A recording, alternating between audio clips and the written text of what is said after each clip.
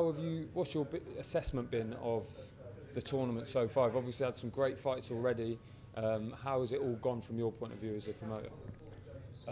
You know, as a promoter, you know, I'm involved in the tournament, but there's a greater good, if you like. And what we're trying to do is create a brand, a big brand, and I believe we're succeeding in that.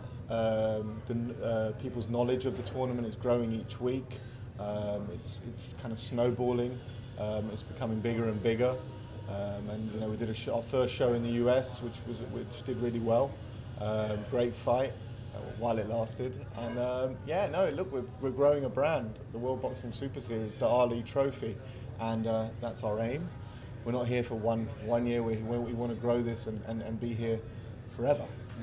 What's the response been like from boxing fans, sport fans? Because, like you say, it's a new thing. It's a new challenge, completely fresh sort of format. How has it been? What's the response been from your point of view? Well, I would say 99% positive. Yeah. You're always going to get that 1% of fans who, you know, they'll find holes in everything. Yeah. You know, the way we looked at it was, tennis has the Grand Slams, golf has the majors. Cycling has the Tour de France. Okay, fine, boxing has a world champion, loads of world champions. We want to create a tournament that produces the greatest in each weight class every year. It's a tournament that's it coexists with the current boxing scene. It actually feeds that. You know, the current boxing scene feeds the tournament. So it's like, you know, it's a tournament for the best to fight the best. And in terms of the super middleweights, where George is, obviously he's the #1 seed, but actually Callum Smith, I think, went off as the favourite with the bookmakers. We've seen him in action already. He's in the semi-finals after beating Eric Skoglund. What was your assessment of his performance? How do you sort of rate his chances of winning the whole thing? I think people, you know, will be surprised at how close the fight was. I think they wrote off Eric. They wrote off Eric Skoglund. I wasn't. I knew what Eric could do. I've been with him since a kid, and I think he did a great job, and he conducted himself as a gentleman.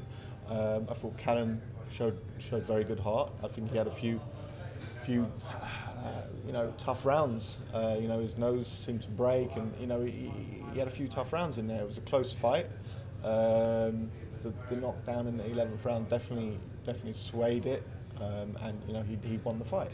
I think the performance, you know, I think that's going to open it up and confuse people even more on who's going to win the tournament, because you know, I think everyone expected Callum to wipe the floor with Eric, which didn't happen, which could either happen because Callum didn't put in the best performance, or Eric was better than everyone thought, which I believe the latter, because I think Callum's a very good fighter.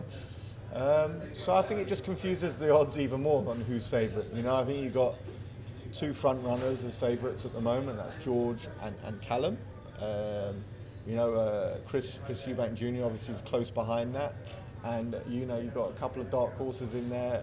Rob Brandt, you've got Avni Yildirim, and Jürgen Bremer, who's been around for a very long time and can cause trouble on any night. So that's why it's such an exciting weight category for this. And who knows who's going to win. One of the main sort of foibles about the tournament and the format of it is that what happens if someone gets injured. So say George Groves is the WBA champion, who's got that belt, bringing it into a tournament, and he wins against Jamie Cox, but he breaks his hand doing so, and he's contracted to box in January in the semi-final. What happens then if he can't make that January date? Well, we have substitutes. Okay. We have substitutes on standby, and we'll have to find a substitute. Yeah. The tournament will carry on. No. And in terms of fitting it in, that's the only way that can happen, really, isn't it? And that was maybe the problem with the Super Six, is that it went on too long. Yeah, well, obviously we were involved in the Super Six, and there's a lot of good and positive things that came out. You know, it launched Carl Froch's career, it launched Andre Durrell's career, it launched Andre Ward's career, and it created a lot of great fights. However, it ran too long. So this time we have subs ready. You know, let's say for the Avni Yildirim Chris EUBANK Jr. fight, we have Stefan Hertel, Olympian, fought go at the Olympics. If someone gets injured, we have a local German to step in who's who's world ranked, has to be world ranked, who can step in and provide that bit of class, and be an adequate filler, be an adequate reserve fighter. Just another one that people have kind of got frustrated about maybe is that in the UK it's on pay-per-view. So Jamie Cox against George Groves, big British fight, is on pay-per-view. Chris Eubank against Avni Yildirim is. Now, without going into the details and the contracts and stuff, do you feel that could be a detrimental to the tournament in a way, because we want these big fights on free-to-air TV, and you certainly want something like EUBANK Groves, were it to happen, on free-to-air as well? What can you tell us about that whole situation? Well, together with ITV, we're trying to build a platform, and to have the we're trying to, we're developing everything together, and I think to have these big fights, of course, as a boxing fan, of course I want fights on free-to-air. However, financially and the viability of it, you have to put it on pay-per-view. Just ahead of this weekend, it's Riga this weekend, so it was San Antonio and Riga, so it's all over the place. Another massive one, Maris Bradis, obviously a huge name in his country, and that kind of is the essence of the tournament, isn't it? Is these big names getting in big fights against world-ranked opponents and in meaningful sort of contests. Yeah, that's correct. I mean, you'll have, I think, 8,000 or 9,000 Latvians cheering on Maris Bradis against Perez, who I think can. I don't think he's favourite. I think Bradis is way ahead on the odds, but I think Perez on his night can beat any of those cruiserweights. So it's just another, the cruiserweights are just unbelievable. The fight last weekend, although it lasted 2 rounds, it was a couple of the best boxing, a couple of the best rounds I've seen in a long time. Just one final one on the tournament. Obviously, Chris Eubank Jr. goes to Stuttgart to fight Avni Yildirim as the seed. Obviously, Stuttgart's got a huge Turkish population, so in a way it's like certainly an away fight, but it's almost like a home fight for Avni. Do you think that could play a part? Do you think that he's up against it in that sense, Eubank?